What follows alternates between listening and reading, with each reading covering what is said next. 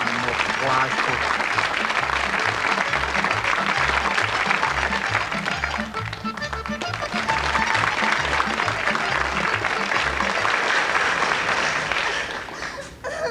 What the hell's a marra? Can I go near Farra? Oh, here's Clara with a barra. Take a seat on the horn of the barra. Stunara. Oh, so 'tis. That's some bahookie you've won you. It's not as big as your head. Hands off the melons. I never laid a finger on you.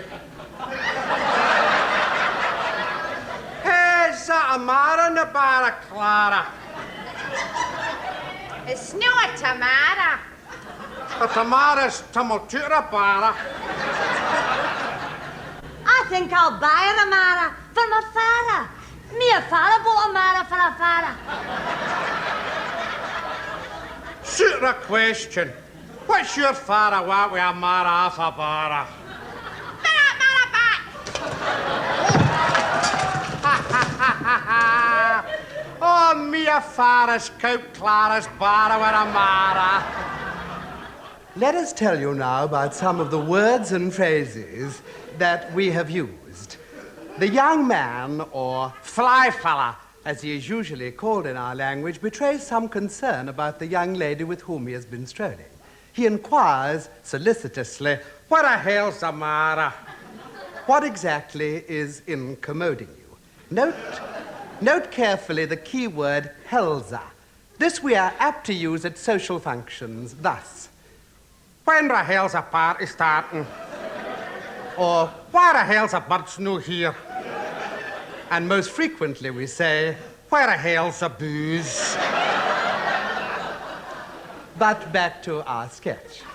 You remember that the young man made a certain interesting allusion to the rearward contours of the young lady. That's some bahookie you've won you. Let us examine the phrase Yavonia. This introduces the descriptive words vone, zone, and tone. These invariably relate to the physiological aspects of a person. Yes, so that a young man about town wishing to be better acquainted with a young lady will say, Somebody she's zoner. But his friend, more fastidious than he, might observe, look at the fat on her. and of course there is the phrase that we use quite often, What a kite you've won you. generally addressed to a gentleman who has free lunches at the city chamber. Now we come to the really dramatic part of our sketch, when the fly fella discovers the vegetable marrow reposing on the barrow. At once he utters the lovely phrase, Is that a marra in a barra, Clara? Remember, Zara is employed when we wish to find out something. For instance, Is that a fat mark?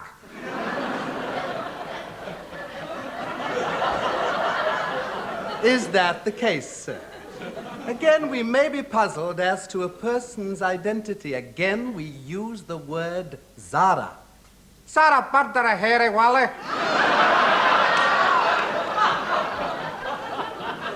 Is that a young lady or a male university student?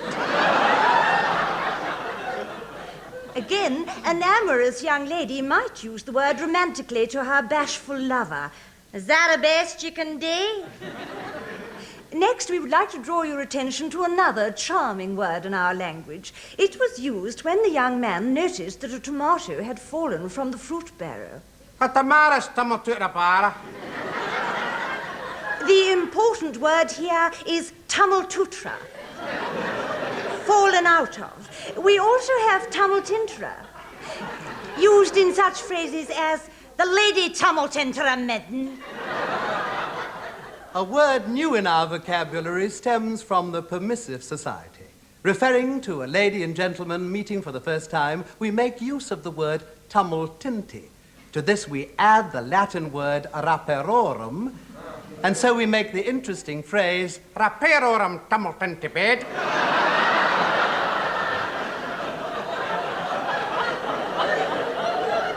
When the girl, in our sketch, wished to purchase the marrow for her father, her escort told her plainly, Shoot the question. But now we are rather anticipating next week's lesson. Yes. Which deals with the Kama Sutra and all its variants, and a semantic examination of the Rubaiyat of Omar Khayyam. If you can think of any examples of the Sutra syndrome yourself, please post them to BBC, Queen Margaret Drive, Glasgow W2. Don't forget Sutra. Your bum sutra windy. Your bum. Ta-ta-da-doo.